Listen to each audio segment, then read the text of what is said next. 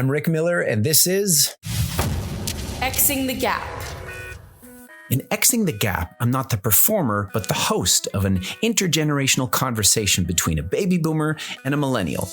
Sometimes we break the rules and go younger or older, but the goal's always the same, to discover how differently we see things, but that together we can build bridges of understanding, find a shared humanity, and save the world from itself. Boom! In today's special cooking episode, my first guest is Bruria Cooperman, the Rebel Bubbie, an artist, storyteller, and author of For This I Survived, Children of Survivors Beyond the Trauma. Her mission every day is to make somebody laugh, and she certainly did that with my second guest, James Mayer. By day, James works for the Center for Aging and Brain Health Innovation. By night, he's a classically trained chef for friends and family. We talk about family dinners, tradition versus innovation in cooking, Hellman's versus Miracle Whip, stomping gefilte fish, remembering Woodstock, cooking with pearls and other pearls of wisdom, plus a game show and Japanese fusion Matzah Balls. Bon appetit! Xing the Gap. First of all, welcome, Bruria. Welcome, Jamie. Good to be here. Good to be here too. Bruria, can you please tell me a little bit about yourself? You have a complex story.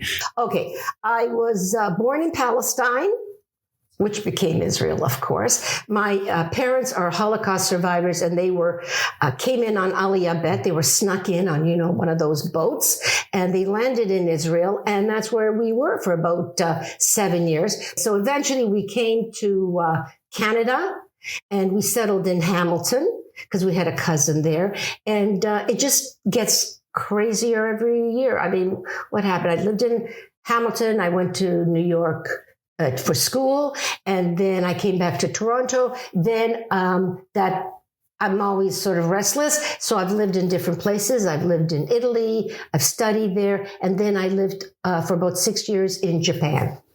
Then came back, decided at the age of 46 that I should get married, put an ad in the Globe and Mail. To get married? Yes. As one does. Well, wouldn't you do that? Did you find someone? I did. I found a doctor. Do you believe it? No. A Jewish doctor. Oh, well, that I can believe. So we were engaged within a day and a half. And very, very whirlwind, and everything happened. Tons happened, and then I moved to Ottawa. Then we came back here. I inherited his 3 children. Now I have 3 children, their spouses. It started out with a dog called Kafka, 2 goldfish and a hamster. I killed the hamster by accident, of course. And then we moved to Toronto, and now I have 3 children, 3 spouses, and 8 grandchildren. And do not ask me for their birthdays. This could be a television show in itself, I think. So. I think like a reality show. I'm seeing it. I'm wondering what happened to the husband. Okay, we won't talk about that. Okay. We're going to pass it on to you, Jamie. How can you top that? I can't. Give it your best shot. Tell us you're relatively, you haven't had as much life experience as Bruria. He's younger. My grandmother was a Holocaust survivor, my Bubbie. From Poland, and my mother is born here, but her sisters were from Germany and Poland as well. I always had a passion for cooking. I learned all of that from her. We used to always cook, Jewish foods, traditional foods for Shabbos. Then, I went to school. I played hockey like every, young person growing up in Toronto or Thornhill. And then, I was unsure what to do after high school, and I went to cooking school at George Brown College. I did like a very nice stint there. I did the culinary management program, and then I did some food and nutrition to kind of, I was learning a little bit more about science, and I wanted to study about the nutritional aspects of food and how it interacts with, healthy living. And, I started working in the hospitals, and then I just went, I did more and more education at Ryerson and other universities. And before you know it, I would say now in the venture world and looking at innovative solutions while cooking during the evening. So we're here because of Xing the Gap, which is about bridging generational gaps. And I think cooking is one of the lenses that we can look through to talk about generations. We get together for family parties. Not everyone always agrees, but we tend to eat the same things, which tend to go back generationally. How do you view cooking and generations? I'll start with you, Bruria. I did not start cooking until I was 46. If I had a date, my brother would come over and cook the dinner and then leave me little posties on the fridge. Warm this up. And then my mother would send a cheesecake from Hamilton with my father. And then I would just pretend I did it. That was my date. And it's almost like Uber Eats today. You had your own version of like... I had my own version, and I had no idea about cooking. When my husband came and we met for the first time, and by newspaper, he opened the fridge, and there was a jar of mayonnaise in there, and that's it. Hellman's? Yeah. It has to be Hellman's. It has to be Hellman's. But we did boycott Hellman's at one point. Didn't Perry Como refuse to sing Kol Nidre? And Hellman's was the sponsor, so every Jew stopped buying Hellman's mayonnaise. Really? I didn't know Was it that. Hellman's? I'm pretty sure it was one of the mayonnaises, yeah. Probably Miracle Whip. you tend to, okay, Jamie, I'll pass it on to you because you seem to have a hate for Miracle Whip. No, Americans like Miracle Whip, Canadians like Hellman's. Is that how it works? Is that how it works? Yeah. One's sweeter, one's more savory. Okay. That's right. There's a kind of a funny taste to the Miracle Whip. It is. It's very weird. That's why they always give it to the dog on the commercial. How was that? See, Miracle Whip has an association to like Wonder Bread for me. They're anything but miracles or wonders. It's a weird taste. Yeah. That's why, my husband eats Miracle Whip. So there's like Miracle Whip and Hellman's there. Uh-huh. But every time I pick up that Hellman's, I think of Perry Como. So passing the question on to you, you are more involved in cooking. You've studied it. You are seeped in it. How do you view cooking as being able to either bridge generations together or create wedges between them? I think it's both. It brings people together because, I would say older individuals in your family want to pass on recipes. I think, that generation, it was cooking more for sustenance and not so much maybe enjoyment of the food. And so now I would say I like to take older recipes and put a modern twist on it to kind of make them a little bit, I wouldn't say more flavorful, but maybe better. Better. Okay. Cooking brings people together. I would say, whether it's for the holidays or just, for celebrating on like a Friday evening or a Saturday evening, it's a wonderful way. I think it's the best way to bring families together is cooking. Families that cook together stay together. If you don't cook together, then you're going to get divorced. Words of wisdom. Yeah. From Chef Jamie. Absolutely. Well, my mother told me that. Okay. It's that kind of thing that gets passed down generations. That's true. That was a thing. If somebody did not have a good marriage, you'd be like, she never cooked. Well, my mom and dad didn't cook together. That's why they got divorced. That's probably That's true. Because I remember my mother saying they didn't spend time together. They didn't. The whole egg in Hellman's makes really smooth and creamy mayonnaise. Fuck, it's good. Okay, I scoured the internet and found no proof of Perry Como boycotting Hellman's, but it's a good story, and Bruria's got a jar full of them. Incidentally, I learned that in 1959, Como signed a $25 million deal to host the Kraft Music Hall weekly variety show. By the way, Kraft owns Miracle Whip, not Hellman's.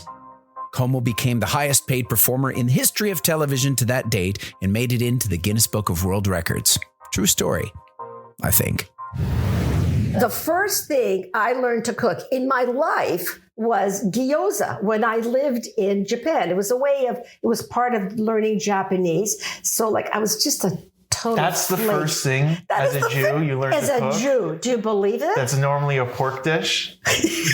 But I told them I don't eat pork, and they understood. Like when I was making gefilte fish in Japan, I went to Tsukiji, the fish market, and I told them I can't have this kind of fish or this. They just loved it. They just wrote it down and got me certain kinds of fish for my gehackte gefilte fish. My Bubbie used to make gefilte fish, and she would take the white fish and put them on the floor and stomp it with the hammer on the floor. So my mother would come in and see her, and she would just be beating it on the ground.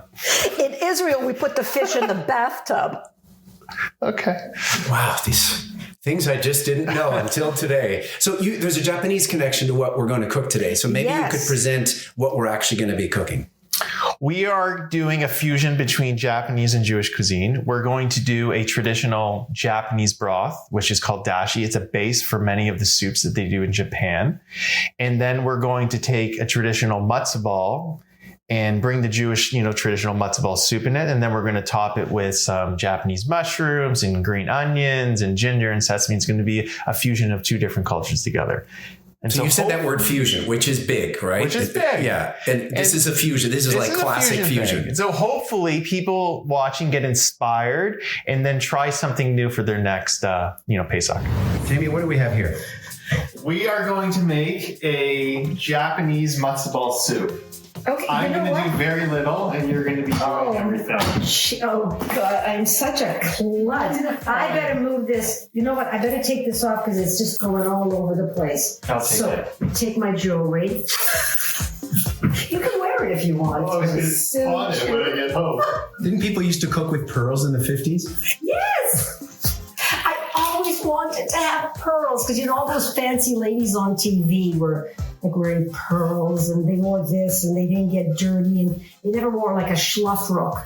Everybody was so like Leave It to Beaver and Father Knows Best, and our mothers did not look like that.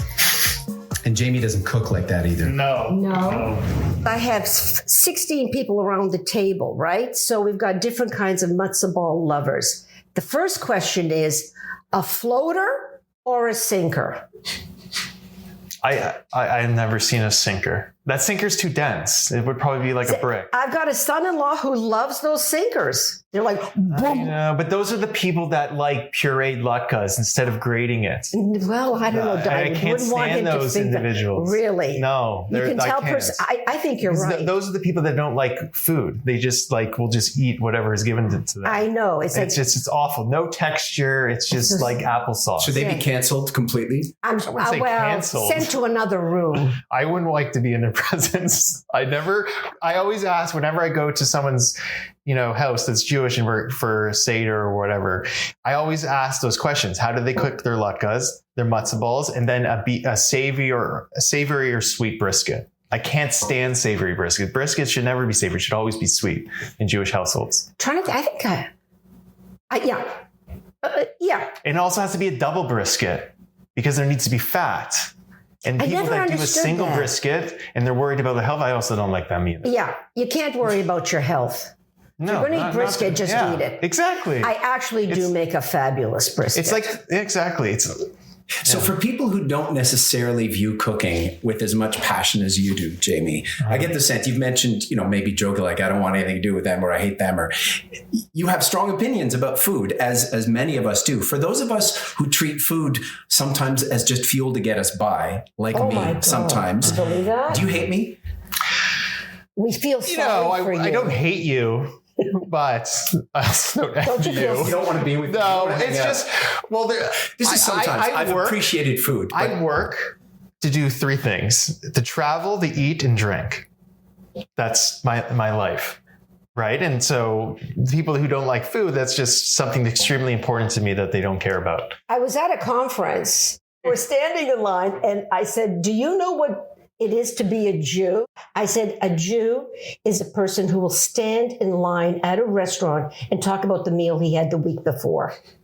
That's Jewish. Eating and Jewish. You're always talking about food, right? Mm-hmm. Food and culture are interwoven like strands of DNA. They help keep history alive by transmitting knowledge and skills from one generation to the next.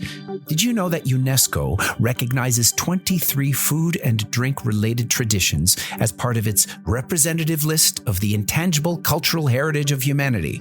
I didn't. But as someone who works in the cultural sector, I do know the importance of intangible things: language, stories, knowledge, skills, rituals, and of course, music. Do you know what? Well, I was at Woodstock. Does that say anything? Well, it depends how high you were at Woodstock. I was in, My mother was at Woodstock. She's born in 54. And I was the first generation born after the Holocaust survivors were freed. So it's like 46, 47. Our siblings were born like in 50, 51. The surprise babies came at 54, 55. Oh my God, we're having a baby. And you are a baby boomer. You are a squarely Real baby boomer, yeah. So you were at Woodstock and you had a very good time. I don't remember. What was your drug of choice? I don't remember. And your mom was at Woodstock. Yeah. Do you ever talk about Woodstock? Yeah, we talked many times. She went with her sister. How did they get there? They went Did across they the border. drive? Yeah, they drove. Yeah, see, I was down the road at a camp. Shalom? No, Camp Mosheva, something like that. Mm-hmm. I don't remember. Honestly, I don't remember what I had for breakfast. But anyway, I am now what they call a senior. That just kills me. Right. I'm not used to it yet. Do you have any associations with the word baby boomer? Does that sound No, like... I am a baby boomer. Okay. Yeah. And that doesn't, sit badly with you? No. I set out the bowls and I said to my mother, how do you make matzo balls? So she said, I'll send you the kit. Within like 3 days, I get matzo ball mix in my mailbox. She had an airmailed special delivery. So I made the matzo balls and they came out this big. And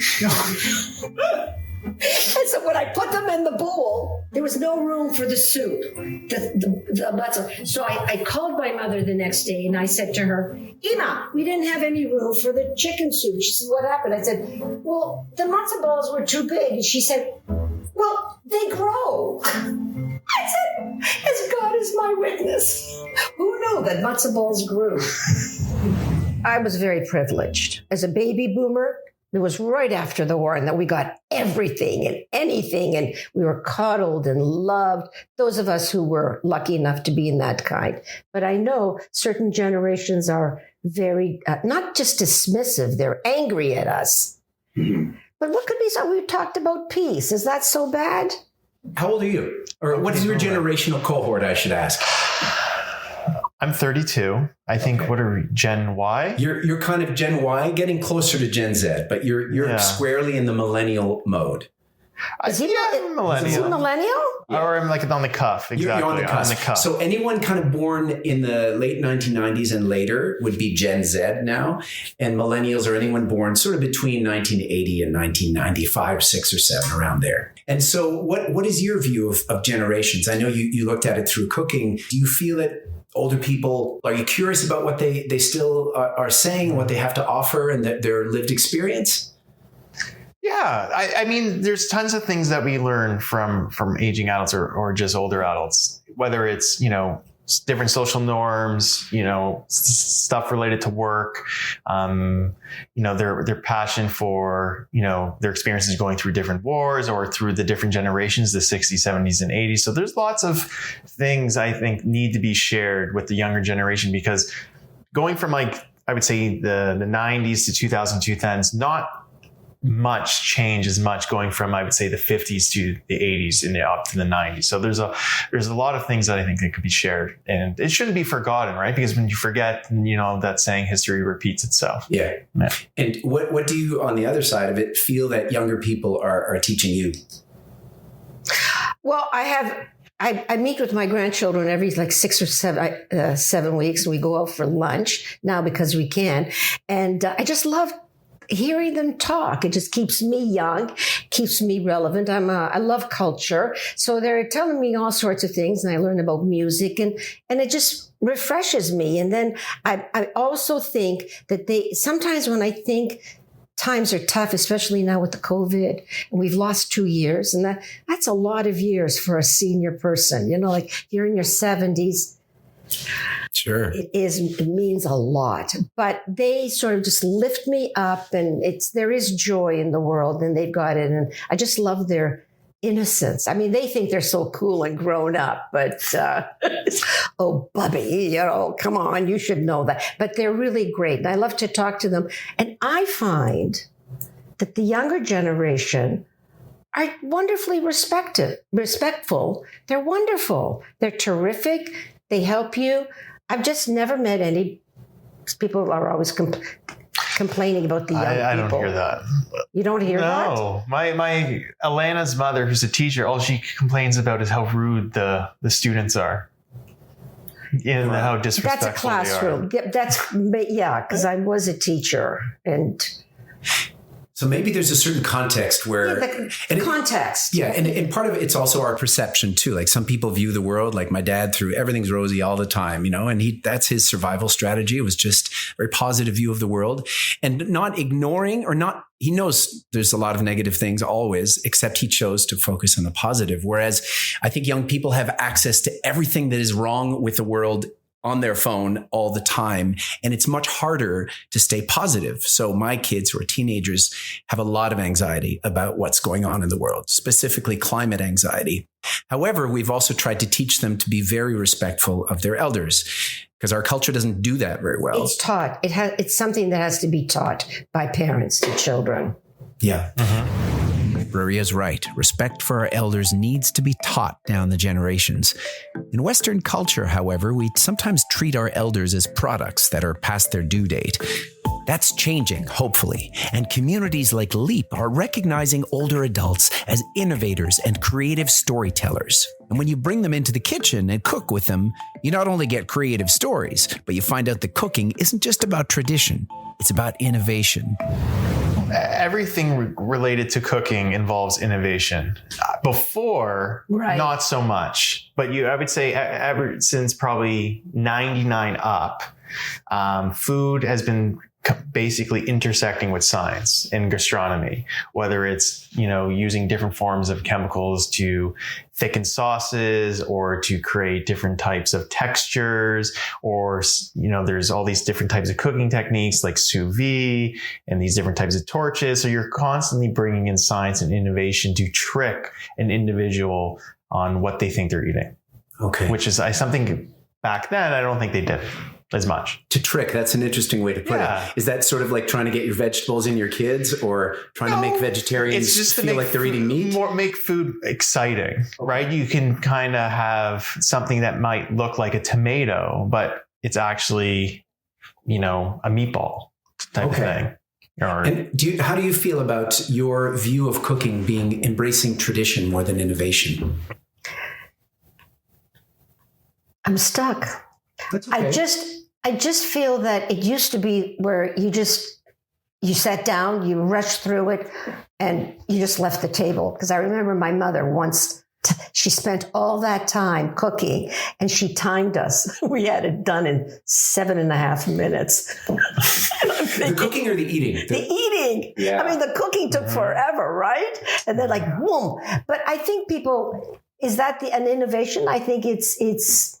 I see all these cooking shows, but I also see, maybe this is something else on a different topic. I have cousins all over Europe and in Israel, and their kids eat completely different from our kids.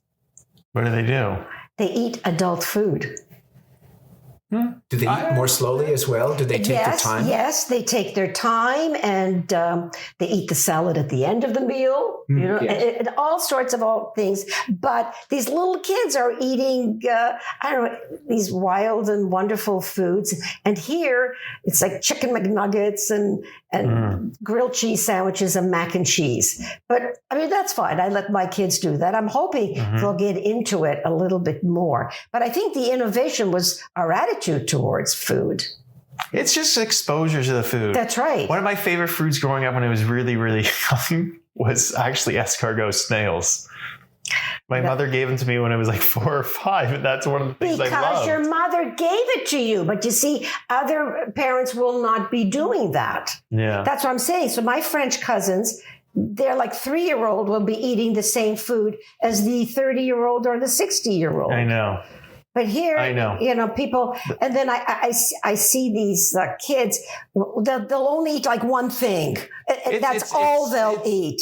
Some parents spoil the kids too much. That's another pet peeve of mine, where a mother has to cook more than one type of dish because the kids don't want to eat a certain thing. My parents, whatever they served, you eat. If you don't eat, you can go to the cupboard and fend for yourself. And it was usually peanut butter and jelly.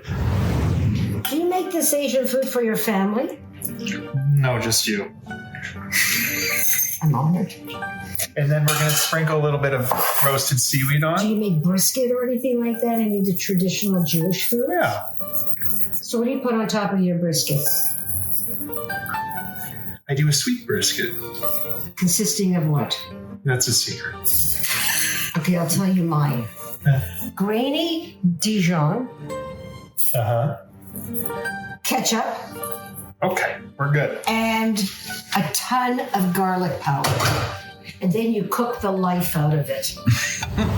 I try to limit certain things. Like I still like to eat food that tastes good, and usually food that tastes good isn't healthy. But I usually wait for that for Friday and Saturday. Monday to Friday lunch is kind of healthier alternatives. A few things I try to cut out is the salts and the processed foods.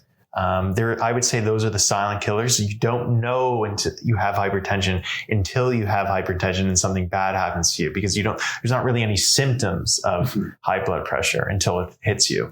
And so I would say I take that in consideration, but I don't always practice what I preach. Okay. I drink like a fish and I eat a lot. I just exercise more. Are you drunk right now? I'm just kidding. I had Bailey's with my coffee. Do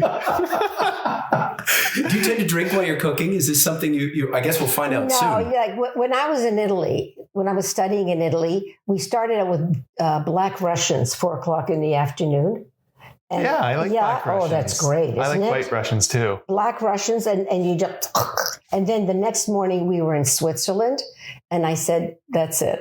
I'm not drinking anymore. So I really don't drink. I'm so afraid of landing up in another You don't drink? country. No, I don't. What do you do for fun? Okay, we're on camera now, but it was, Family show. do you know what my nickname was when I was younger? Do you know Yiddish? Yeah. Wilde Chaie. Wilde Haie. I speak German, but I can't. Means wild animal. Wilde Like a Haie. Wilde Chaie. Like, Oh, that's great. Yeah, because I was like all over. Yeah. You can't remember Woodstock, so there you go. You do not have to drink in order to have fun. Yeah. Note that. Wisdom from your elders. That's right. Yeah. Yeah. I don't like the way it makes me feel. Yeah, that's fine. It's not for everyone. But you see, that my generation looked down at drinking because that's what we got from our parents. Whether they were, I come from survivor community, and the Jewish community really did not have a drinking problem until later. And then I heard that a lot of our Jewish boys were going to, Queens, which was the drinking university. And I'm going, what? Really? And so it's a completely different generation towards that attitude. I can tell towards from drinking. having a university student right now, it's less about drinking now and more about pot and, the other things, Of right? course, something's Which taken over. has been around for a long time, That's too. right. But That's because it's right. legal, the implications of being a student now, I know when I was a student, a lot of drinking, that's sort of what happened with my generation. But yeah, my kids have a very different perception around drinking. They're also very careful around things like designated drivers. Yes. Which is great. So because we didn't even have seatbelts, right? That's as right. kids. It was from one extreme to another extreme. And I find that, as I said before, this younger generation can be much more temperate than we were.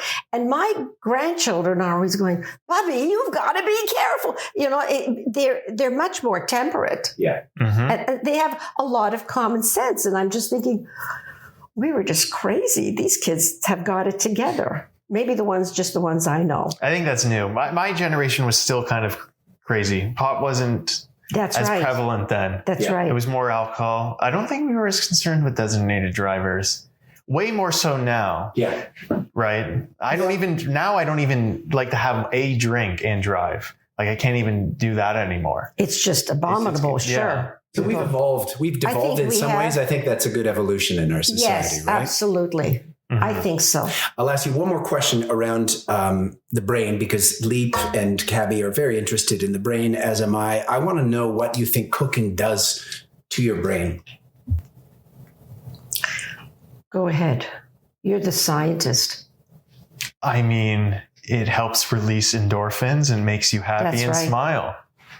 Right? When I look at food, I'm already smiling if it looks pretty. and I really want to eat it. It's also not just the food, because I've always had issues with food. It's the smell, but it's also who you're sharing it with. Then your brain just sort of lights up. And I know that's little things are going spritz and spritzy in your brain because, God, I'm with my friends. And there's nothing bad. We're not going to talk about people falling and breaking a hip and having a stroke. And it's just about eating and enjoying each other's company. Do you like to share food? Like, are you one of the people when you're at a steakhouse and you want to try other people's food? You have to. It's like... I don't mind that. Some people hate that. Some people hate it. Oh my gosh. Absolutely. Absolutely. They get offended. So I'm going to use that as a very terrible segue to this game show.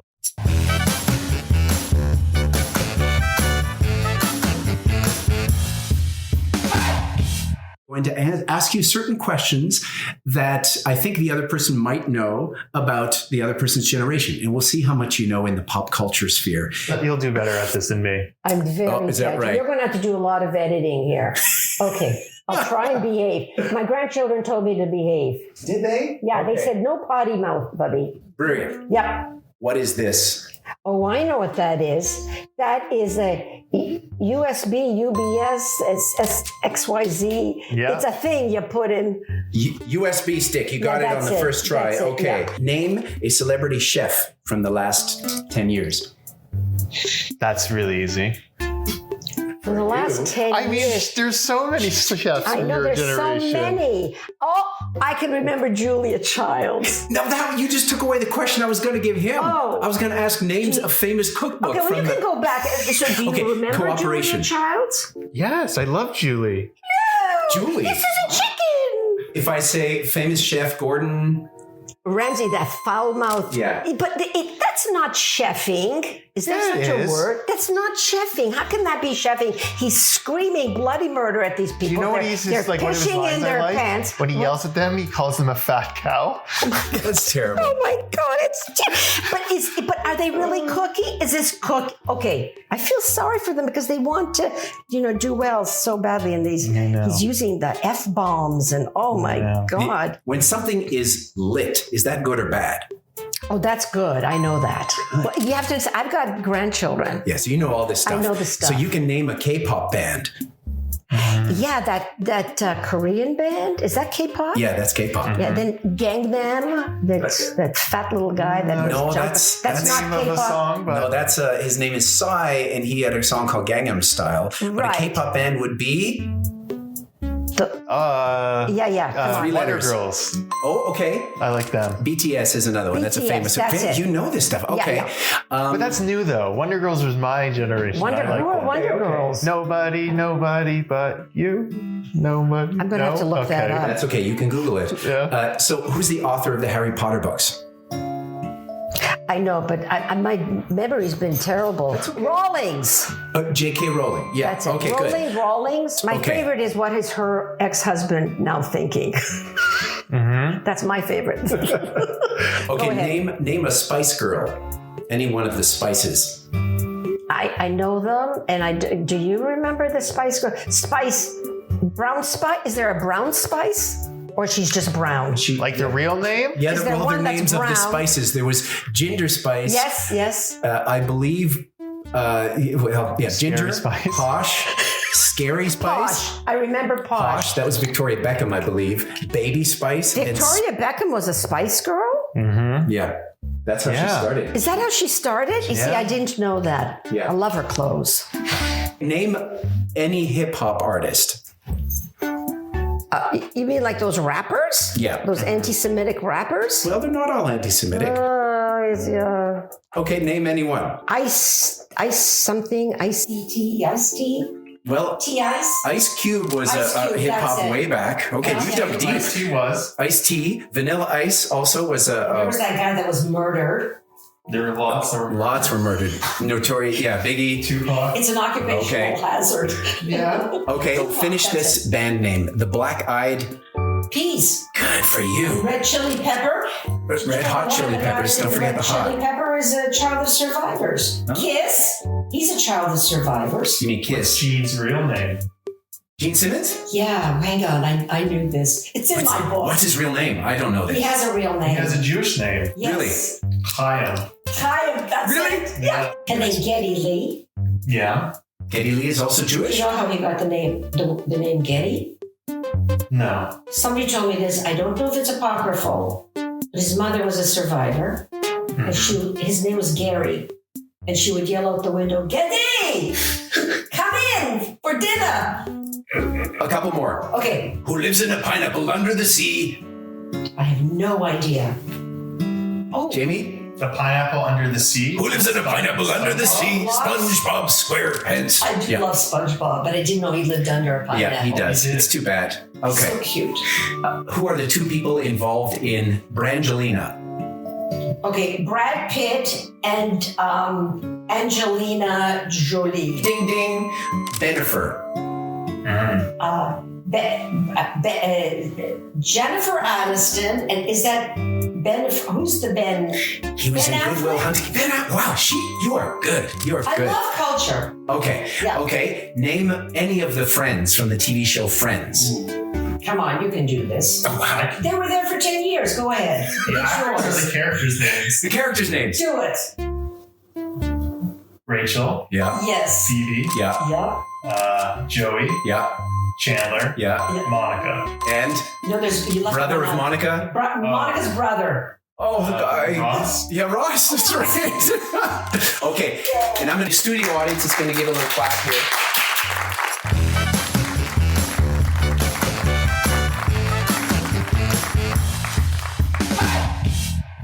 Yeah, but we could take this on the road. Thank you, Jamie. And thank you, Bruria. I hope you had fun. Yes, I did. Thank you. Let's eat. This is delicious. Wow. I love the fusion. That's great. That is wonderful. I wonder if you She's the could cook. have a written version of this that I could have at the end, like just kind of a That would be nice. scribbled or typed version. I think Is that? I'm trying to Do you have that? remember. Oh, is that right? It's like, wait a Okay. minute. It's garlic, ginger, and the seaweed. I'm going to take a photograph of this, but here, I'll grab it in a photo. I love it. Okay. I think Jamie should have his own show. So do I, Bruria. Cooking with Bubbies. I can see it now. Whether you're watching this as a video or listening to a podcast, Xing the Gap was conceived, recorded, and edited by me, Rick Miller, with multimedia from my team at Cadoons. This series is created in partnership with Leap, an online community where life experience meets innovation. For more info, visit cabby.com/leap. Very special thank you to my two guests, Bruria Cooperman and James Mayer. If there's anyone you'd like me to talk to, you can find me at Rick Miller Actor on Twitter or Instagram or at rickmiller.ca. For more information about the Boom Trilogy, check out boomtheshow.com or cadoons.com. And remember, in a polarized world, you have a choice. Build a wall or build a bridge. Build bridges, not walls. Xing the Gap.